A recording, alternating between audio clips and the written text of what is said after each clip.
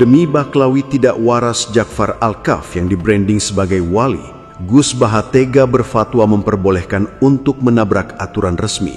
Berakibat kuburan Baklawi Jakfar Al-Kaf dibangun megah, mengorbankan puluhan makam pribumi. Asyhadu an la ilaha illallah Muhammad. Habib Abdullah Al-Kaf bermalaikat pada bujuk negara. Bujuk negara. Aman ke negara. Al-Kaf sing nyekal negara. Sing aman negara iki Al-Kaf. Negara cukup Al-Kaf aman. Kota Jakarta aman. Sudah seaman ke negara. Sudah seaman ke negara. Bapak Presiden terima kasih kepada kita, Pak Jokowi. Tak layak kiranya makam seorang pejuang, makamnya dicar diinjak-injak. Sedang itu makam wali palsu dibuat sedemikian mewahnya. Misalnya ngecek di sana, kebetulan di sana juga ada Gus Baha. Gus Baha juga datang ke sana, kebetulan itu sana. Maksud saya tanya langsung. Berbeda dengan pemalsuan makam atau pemalsuan kuburan, itu tidak ada pasal spesifik berbunyi pemalsuan makam. Tetapi berkaitan dengan penodaan dan pengerusakan makam, itu ada pasal yang spesifik. Hal ini telah dilaporkan oleh PWILS Kudus. Namun yang saya perhatikan dari video yang kami terima, pelaporan itu baru pada pembuatan cungkup makam, yang mana pembuatan cungkup makam ini sendiri telah melanggar peraturan desa.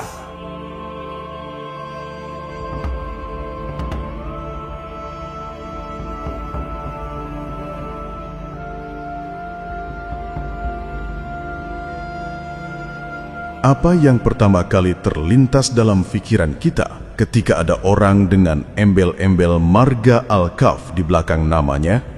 Sebagian masyarakat kita, khususnya para pecinta timnas sepak bola Indonesia, tentu akan langsung teringat dengan wasit botak asal Oman Ahmed Al-Kaf yang beberapa waktu lalu mengubur impian seluruh anak bangsa untuk menyaksikan timnas kesayangannya berlaga dalam pentas Piala Dunia.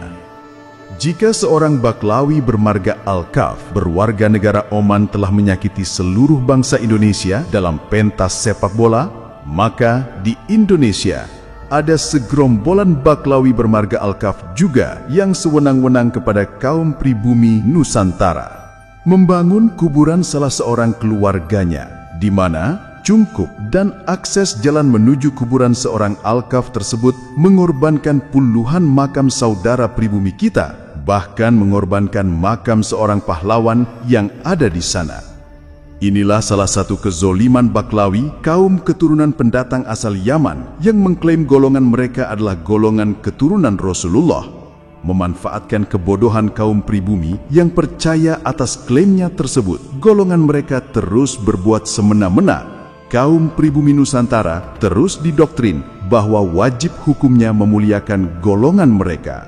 Diharamkan untuk mencela walaupun mereka berbuat dosa. Bahkan jika ada seorang dari mereka yang mengidap gangguan jiwa, maka si Baklawi pengidap gangguan jiwa tersebut akan dibranding sebagai wali jadab dan dibuatkan dongeng-dongeng khurafat tentang betapa keramatnya dia, supaya kaum pribumi yang bodoh yang tidak mau menggunakan akal warasnya percaya bahwa Baklawi pengidap gangguan jiwa tersebut adalah benar-benar walinya Allah Ta'ala. Korban manipulasi kaum Baklawi yang membranding orang tidak waras sebagai wali pun tidak main-main.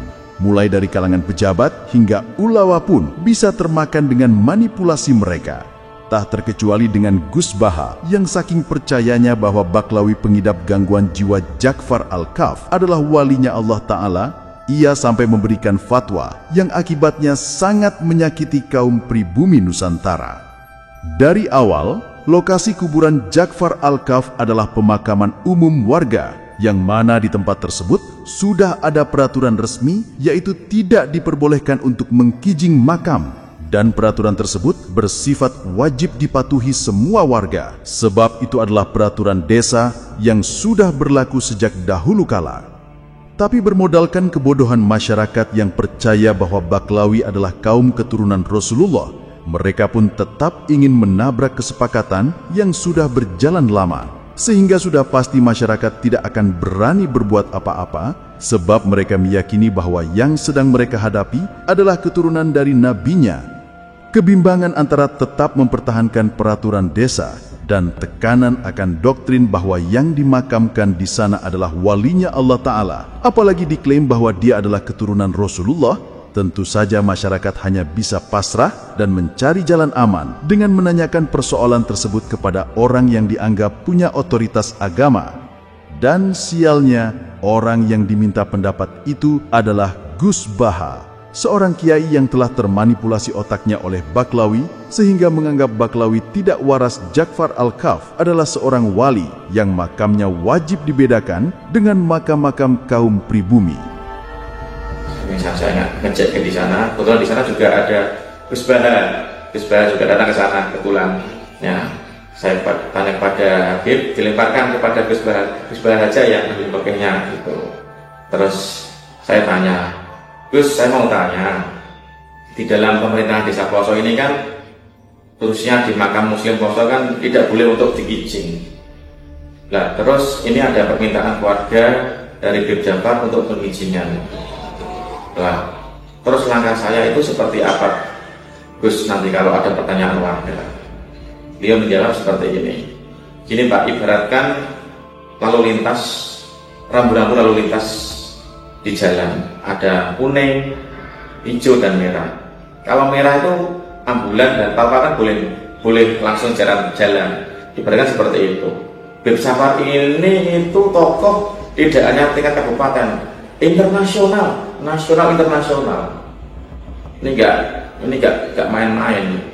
Ini juga perintah juga dari Habib Lutfi juga menyarankan harus dikijing. Menganalogikan Baklawi tidak waras Ja'far Al-Kaf, posisinya sangat penting. Ibarat mobil ambulan yang boleh menabrak peraturan lalu lintas jalan, maka keberadaan makamnya pun boleh menabrak aturan yang sudah ditetapkan. Sebab katanya Baklawi tidak waras Ja'far Al-Kaf adalah tokoh besar, tokoh nasional. Bahkan dikatakan juga oleh Gus Baha bahwa dia adalah tokoh kelas internasional. Pertanyaannya, atas dasar apa Gus Baha mengatakan Ja'far Al-Kaf adalah tokoh penting nasional, bahkan internasional? Kontribusi apa yang sudah dilakukan oleh dia kepada Indonesia atau dunia? Coba sebutkan satu saja, supaya bangsa Indonesia sedikit percaya bahwa Baklawi tidak waras Ja'far Al-Kaf adalah tokoh besar kelas dunia. Manusia yang waras otaknya tentu akan langsung berkata apa yang bisa dilakukan oleh seorang pengidap gangguan jiwa. Jangankan berkontribusi kepada Indonesia, apalagi dunia. Berkontribusi untuk dirinya saja dia tidak bisa, bahkan harus bergantung kepada orang lain untuk mengurusi segala keperluan hidupnya.